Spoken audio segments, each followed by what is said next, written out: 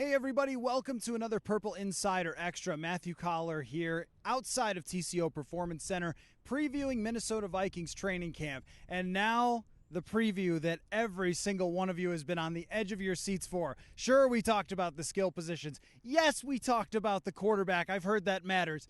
But this is your dream, the offensive line. Now look, the Minnesota Vikings have had one of the worst pass-blocking offensive lines in the NFL for a very long time. But this year, they could be better. All right, so let's run through it. Let's run through the battles and why they have potential to be better. That starts with Christiandarasaw at left tackle. Go all the way back to last year. Christiandarasaw wasn't even at training camp last year because he was dealing with injuries into his rookie season. We didn't see Christiandarasaw into several weeks into the year, and then he was coming in cold without even having had a training camp to prepare. And actually, Christiandarasaw performed pretty well and certainly flashed the signs of a first-round tackle, somebody with immense size, great length, and athleticism. Now, can he refine some of those skills and emerge as a very good, potentially franchise left tackle? He showed the flashes of it last year. We're going to be looking for that in training camp.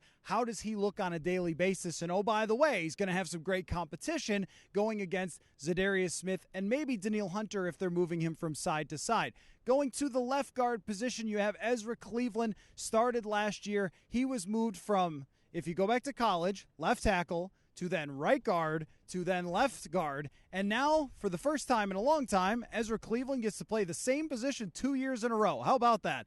Last year, though, he only had a 55 passing grade from Pro Football Focus pass blocking grade, and that's not great. So he needs to improve on that if he's going to emerge as somebody who can be relied upon in the long term. But getting a chance to play a second year in a row at left guard gives him an opportunity to finally be solidified in that position and not be learning all new techniques and then trying to go out and play. He knows what he's doing now, and he's got this entire offseason to show us that he's ready to have a big year. Now, Garrett Bradbury, this is one of, let's call it some mild controversy because it was expected that the Vikings would move on from Garrett Bradbury going into this offseason. Last year, he got benched in the middle of the year for Mason Cole. The Vikings could have gotten some cap space by doing it, but instead, they showed their belief in Garrett Bradbury. So now he has to prove it. And there isn't really competition for Garrett Bradbury, which makes this an interesting choice. But how does he look during training camp? Does he look noticeably bigger? Does he look noticeably more comfortable in playing in Kevin O'Connell's system, which has been, if you look at the Rams, friendly to the center position? Will it continue to be so for Garrett Bradbury? Now, right guard, now that is where things get hot, folks.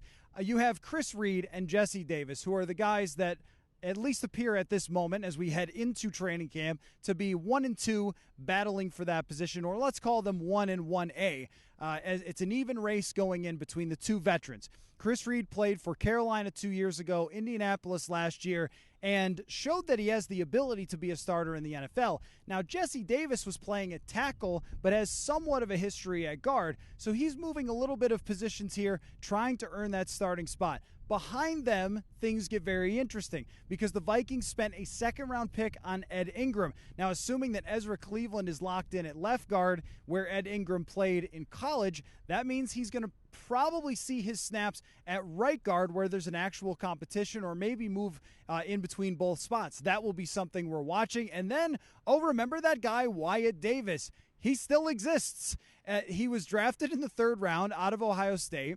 They talked about him as if he was a lock to start, and then we never saw him. And even when there was an injury at right guard, the Vikings put in Blake Brandel instead.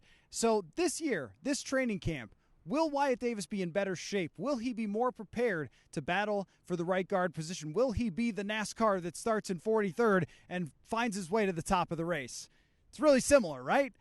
So Wyatt Davis, though, a guy to watch, somebody who was thought to have very high potential, but was not much appreciated by the previous coaching staff. And then this coaching staff in front office went out and signed veteran right guards and drafted one. So the hopes are low, but Wyatt Davis has the potential to make some noise at that position. At right tackle, there's nothing to discuss here, folks. Brian ONeill signed a big contract last year, totally deserving. One of the hands-down best right tackles in the NFL. Now the undisputed leader of this position group. The Vikings should be thrilled to have him.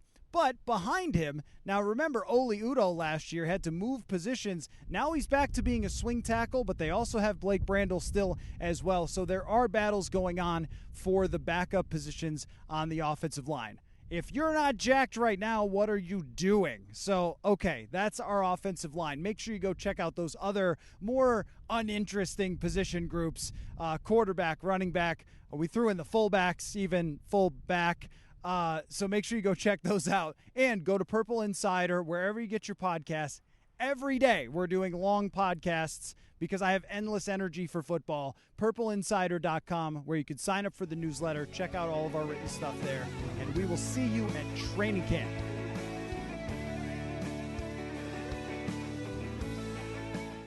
Football.